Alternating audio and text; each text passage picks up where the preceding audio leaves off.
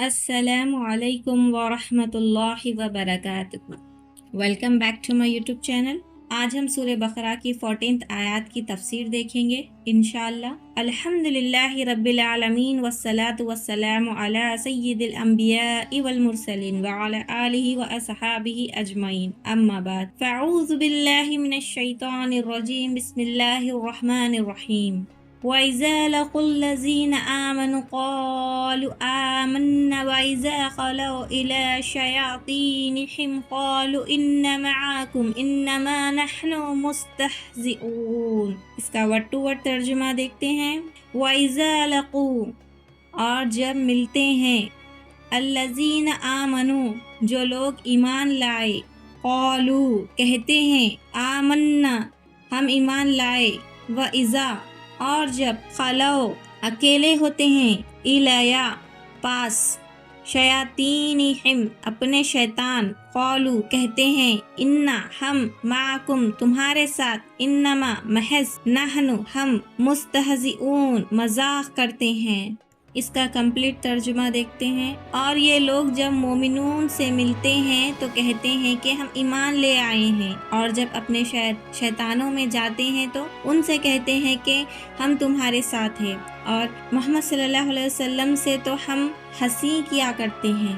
وَإِذَا لَقُوا الَّذِينَ آمَنُوا، اور جب یہ ایمان والوں سے ملتے ہیں، یعنی منافقین کا مسلمانوں کے بے وقوف کہنا اور کفار سے اظہار ایک چہتی کرنا اپنے نجی محفلوں میں تھا، جبکہ مسلمانوں نے تو وہ یہی کہتے تھے کہ ہم مخلص مومن ہیں۔ اسی طرح آج کل کے گمراہ لوگ مسلمانوں سے اپنے فساد خیالات کو چھپاتے ہیں، مگر اللہ تعالیٰ ان کی کتابوں اور تحریروں سے ان کے راز فاش کر دیتا ہے۔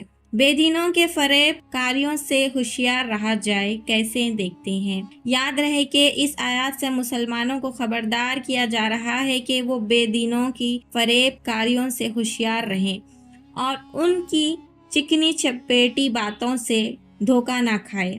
ایک اور مقام پر اللہ تعالیٰ ارشاد فرماتا ہے، سورہ آل عمران آیات 118 to 120 میں، اس کا ترجمہ دیکھتے ہیں۔ اے ایمان والوں، غیروں کو رازدار نہ بناؤ، وہ تمہاری برائی میں کمی نہیں کریں گے، وہ تو چاہتے ہیں کہ تم مشقت میں پڑ جاؤ۔ بے شک ان کا بغض تو ان کے منہ سے ظاہر ہو چکا ہے، اور جو ان کے دلوں میں چھپا ہوا ہے وہ اس سے بھی بڑھ کر ہے۔ بے شک ہم نے تمہارے لیے کھول کر آیتیں بیان کر دی، اگر تم عقل رکھتے ہو۔ خبردار، یہ تم ہی ہو جو انہیں چاہتے ہو، اور وہ تمہیں پسند نہیں کرتے، حالانکہ تم تمام کتابوں پر ایمان رکھتے ہو۔ اور جب وہ تم سے ملتے ہیں تو کہتے ہیں ہم ایمان لا چکے ہیں، اور جب تنہائی میں ہوتے ہیں تو غصے کے مارے تم پر انگلیاں چباتے ہیں۔ اے حبیب صلی اللہ علیہ وسلم، تم فرما دو اپنے غصے میں مر جاؤ، بے شک اللہ دلوں کی بات کو خوب جانتا ہے۔ اگر تمہیں کوئی بھلائی پہنچے تو انہیں برا لگتا ہے، اور اگر تمہیں کوئی برائی پہنچے تو اس پر خوش ہوتے ہیں،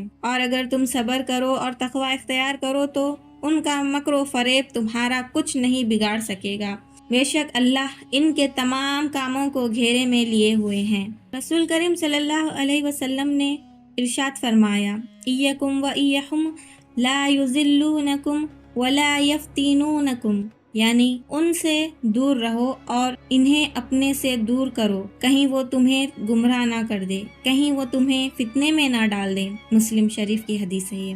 اعلیٰ حضرت امام احمد رضا خان رحمۃ اللہ تعالی علیہ فرماتے ہیں، مسلمان کا ایمان ہے کہ اللہ و رسول سے زیادہ کوئی ہماری بھلائی چاہنے والا نہیں، بے شک، اور اللہ و رسول صلی اللہ علیہ وسلم جس بات کی طرف بلائیں یقیناً ہمارے دونوں جہاں کا اس میں بھلا ہے، اور جس بات سے منع فرمائیں یقیناً وہ ہمارے لیے برا ہے۔ مسلمان صورت میں ظاہر ہو کر جو ان کے حکم کی خلاف کی طرف بلائیں، یقین جان لو کہ یہ ڈاکو ہے۔ اس کی تعویلوں پر ہرگز کان نہ رکھو۔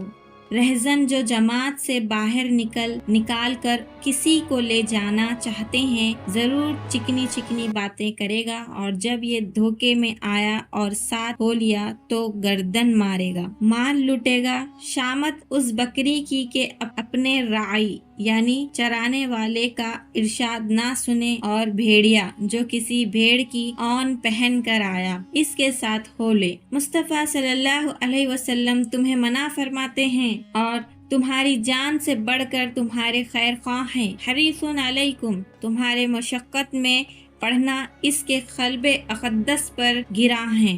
عزیز علیہ ما عنتم، وہ اللہ وہ تم پر اس سے زیادہ مہربان ہے جیسے نہایت چہتی ماں اکلوتے بیٹے پر۔ بالمومنین رعوف الرحیم، ارے ان کی سنو، ان کا دامن تھام لو، ان کے قدموں سے لپٹ جاؤ۔ فتح رضوی کی کتاب میں سے ہے یہ۔ اور آگے فرما رہے ہیں وَإِذَا خَلَوْا إِلَىٰ شَيَاطِينِهِمْ، اور جب اپنے شیطانوں کے پاس تنہائی میں جاتے ہیں۔ یہاں شیاطین سے کفار کے وہ سردار مراد ہیں جو دوسروں کو گمراہ کرنے میں مصروف رہتے ہیں۔ منافق جب ان سے ملتے ہیں تو کہتے ہیں کہ ہم تمہارے ساتھ ہیں، اور مسلمانوں سے ملنا محض استہزاء کے طور پر ہے، اور ہم ان سے اس لیے ملتے ہیں تاکہ ان کے راز معلوم ہو اور ان میں فساد انگیزی کے مواقف ملیں۔ اس سے معلوم ہوا کہ جس طرح جنات میں شیاطین ہوتے ہیں اسی طرح انسانوں میں بھی شیاطین ہوتے ہیں۔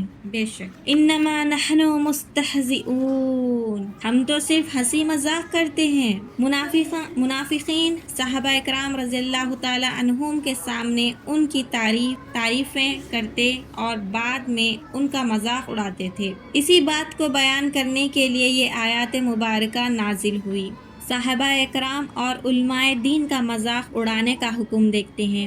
اس آیات سے معلوم ہوا کہ صحابہ اکرام رضی اللہ تعالی عنہم اور علماء دین کا مذاق اڑانا منافقوں کا کام ہے۔ آج کل بھی ایسے لوگوں کی کمی نہیں جو اپنے مجلسوں اور مخصوص لوگوں میں علماء و صالح اور دینداروں کا مذاق اڑاتے ہیں اور ان پر ہنسی کستے ہیں، اور جب ان کے سامنے آتے ہیں تو منافقیت سے بھرپور ہو کر خوشامد اور چاپلوسی کرتے ہیں اور تعریفوں کے پل باندھتے ہیں۔ یوں نہیں، ایسے لوگوں کی بھی کمی نہیں جنہیں مذہب اور مذہبی نام سے نفرت ہے، اور مذہبی حلیہ اور وضاحتی دیکھ کر ان کی طبیعت خراب ہو جاتی ہے۔ اللہ تعالیٰ ان لوگوں کو ہدایت عطا فرمائے۔ یاد رہے کہ انبیاء کرام علیہم الصلاۃ والسلام اور دین کا مذاق اڑانا کفر ہے۔ یوں نہیں، صحابہ کرام رضی اللہ تعالی عنہم کی بے ادبی گمراہی ہے۔ اسی طرح علم کی وجہ سے علماء دین کا مذاق اڑانا کفر ہے، ورنہ حرام ہے۔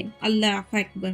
صدق اللہ العظیم وآخر دعوانا ان الحمد للہ رب العالمین وصلی اللہ علی سیدنا محمد وعلی آلہ وصحبہ اجمعین۔ یہاں تک ہم سورہ بقرہ کی 14 آیات مکمل کر چکے ہیں۔ انشاءاللہ ہم کل آگے تفسیر پڑھیں گے۔ جزاک اللہ خیر۔ Thanks for watching.